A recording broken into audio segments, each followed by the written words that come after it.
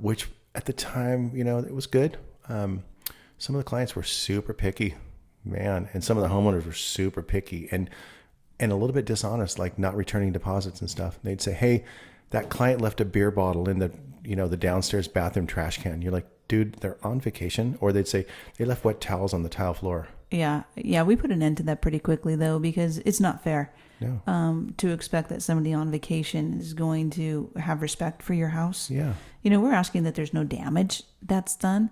But when you get to the point where you go, oh my God, they used the downstairs shower. Yeah. Can you believe? You're like, Yeah. no, sorry. You're the one who rented your house out. I'm sorry, but I'm not wiping my feet at the condo in Maui. That's right. And I'm not picking up my wet beach towel. I'm not. That's on you. I'm not emptying the trash in the bathroom. No. Yeah, right. I'm definitely not. I'm on vacation. And the advice, if any homeowners are out there listening, dude, you don't live there. Mm-hmm. You gotta make it like a hotel condo or a hotel or a condo. You just no personal effects there, nothing. Remember that one person, purple hair, and she got so upset that they had cooked bacon in her kitchen. She was vegan, so I do understand. But she had the smell of bacon in her house. Okay, that house brings back really bad memories because remember that couple that came there? And the guy was terribly handsome, and he was 6'4". And she, like a month or two later, she emailed us like, I'm still upset that in your listing it said king size bed, and my boyfriend's 6'4", and he didn't get any sleep, and I think I popped off with what did I probably say to her? You insinuated that they must not have had a very good sexual experience in that bed. Yeah. And that she was truly upset about that and was looking for something to blame instead of probably her own poor performance. So she blamed the fact that it was a queen size bed instead of a king size bed. But what's really funny about that story is, okay, so we get that we're thinking that that's probably what she's upset about. And you meant to send an email, I want to say to me. I'm not sure who you were intending to email, but in the email you had written, it was probably because the poundings weren't that good. God, I hope you weren't going to go there. And she was on the receiving end of that. No, it was text messaging. You accidentally texted that to her instead of to me. And she was, at least she was bold enough to respond back to you. No, the poundings were just fine. And I think pretty much at that point in time, you both blocked each other. I did. I just was like, it was really embarrassing for you. I think I moved to the next town over. I just, God, it was so loud. And so, no, so vacation rental. So I get a call one morning from Party Realtor, and she was frantic. So she was super drunk and super hungover. And I go, "Are you okay?" She's like, I went to the best party last night. I just so much blow and so much Grey Goose. I'm still snorting blow and drinking Grey Goose. And I'm like, oh God, gross. Who are you? And she's like, you got to do me a favor. Party Realtor. You got to do me a favor. She's, you got to check these people into Crazy Karen's house. And they're on their way there right now. And I forgot. And Crazy Karen's house just happens to be one of the premier vacation rental spots in Laguna. Yeah, $30,000 a month, and it is the cutest. There's only a handful of those. There's only so many beachfront homes that you can literally possibly stay in Laguna Beach, and she had one of them. Yeah, Cape Cod, pool in the front courtyard, sick house, security gates. On a bluff overlooking the Pacific Ocean, on a private beach. Well, it wasn't private, but it wasn't accessible really. Stairs down to the beach. So really, the only people who could utilize it were people who had direct stair access. And this is what a dum-dum she was.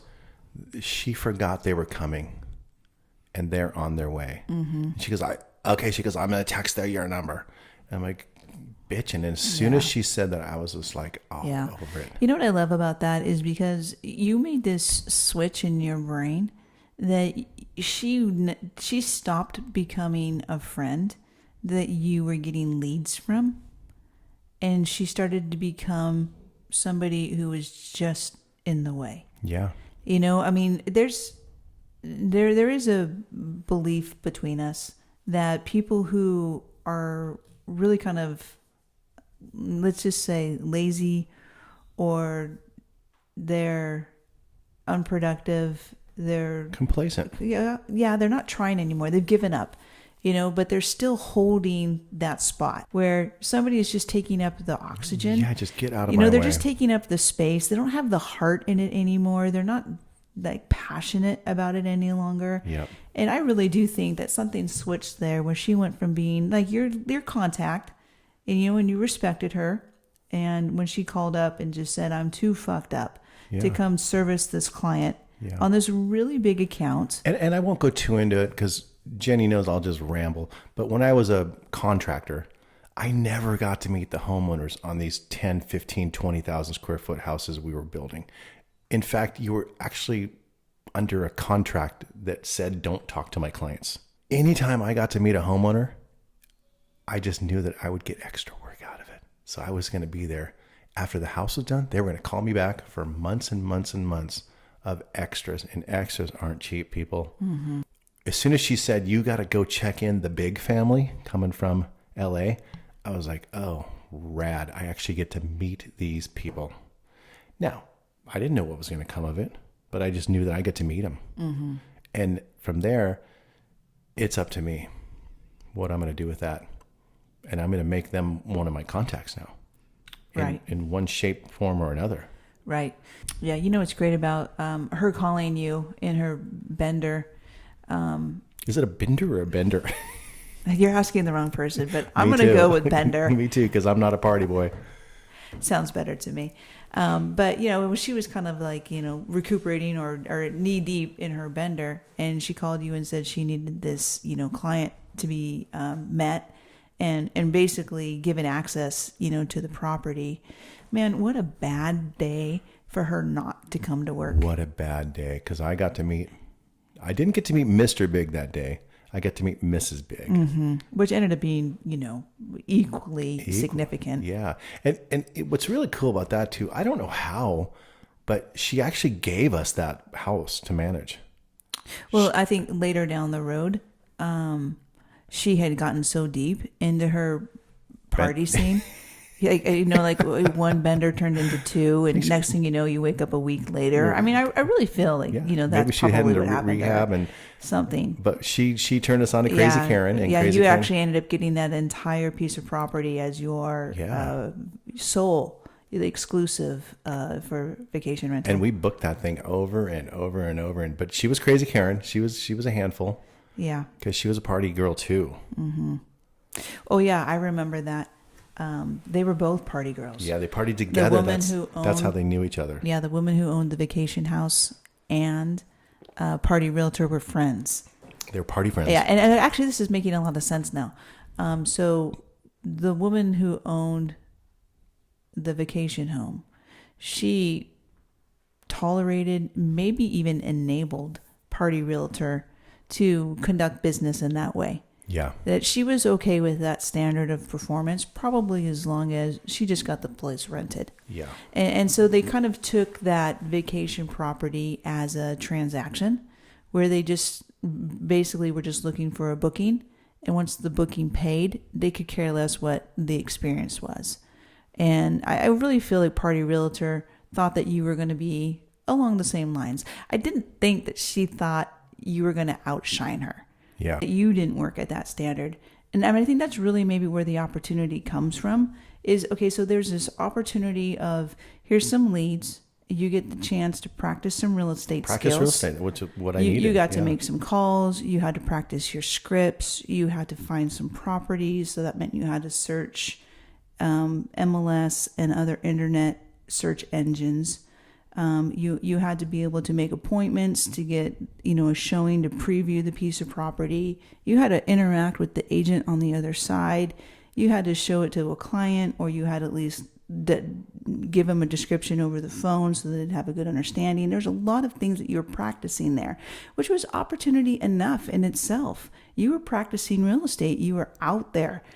Sooner or later that you were going to touch somebody that was going to lead to some sort of bigger piece of business. Yeah. Along the way too, I'm not super proud of it, but every contact that I contacted, I kind of said, hey, the owners let the other realtor go because of, poor service, and I'm the new manager of the house. Yeah, right. Kind of set the stage that I just made the title up and went with it. Yeah. Hoping they would never call her back and go, hey, I heard you got fired, and this Johnny guy, who's he, man? So what a bad day to not come to work, because lo and behold, that's the day that you met Mr. Big. These people came into town and she wasn't there to greet them, but you were.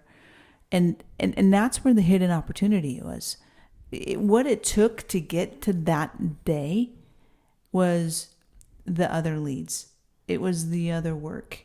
It was finding other clients' vacation homes. You had to establish with Party Realtor this reputation that you were a guy she could count on. Reliable. Yeah, and the more that she realized that she could count on you, that she could party more. Yeah. Because you were more available, and she just thought, oh, anytime that I just can't make it, I'm just going to call Johnny, and Johnny's going to show up and make me look so good. And you were okay with that in the very beginning because you were getting something out of it. True. You were getting all this practice out of it.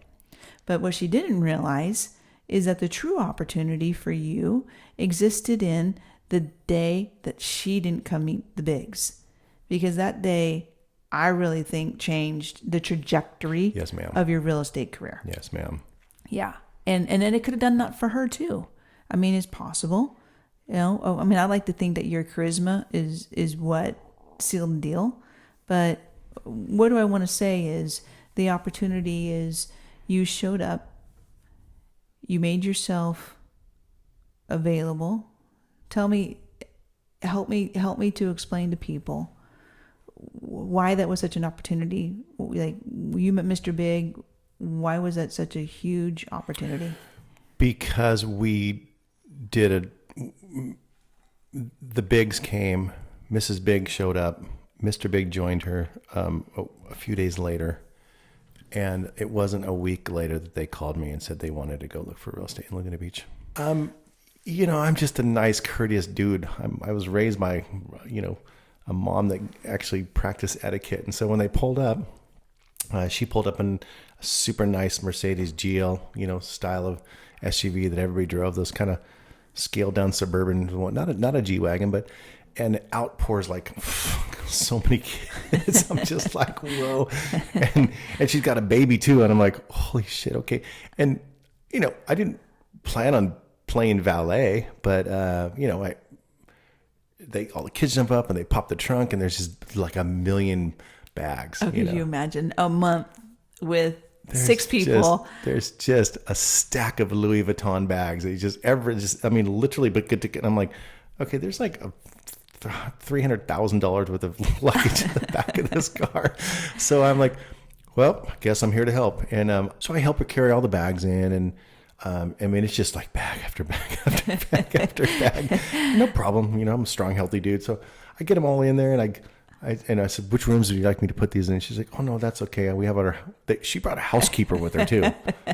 That's a true baller. That is a true baller that brings your own bitch. I was like, damn. So she brought her bitch, and I was like, no, I got this, man. I'm putting these bags upstairs too, because she's got the baby and all this stuff. And on the way out the door, I hand her my card.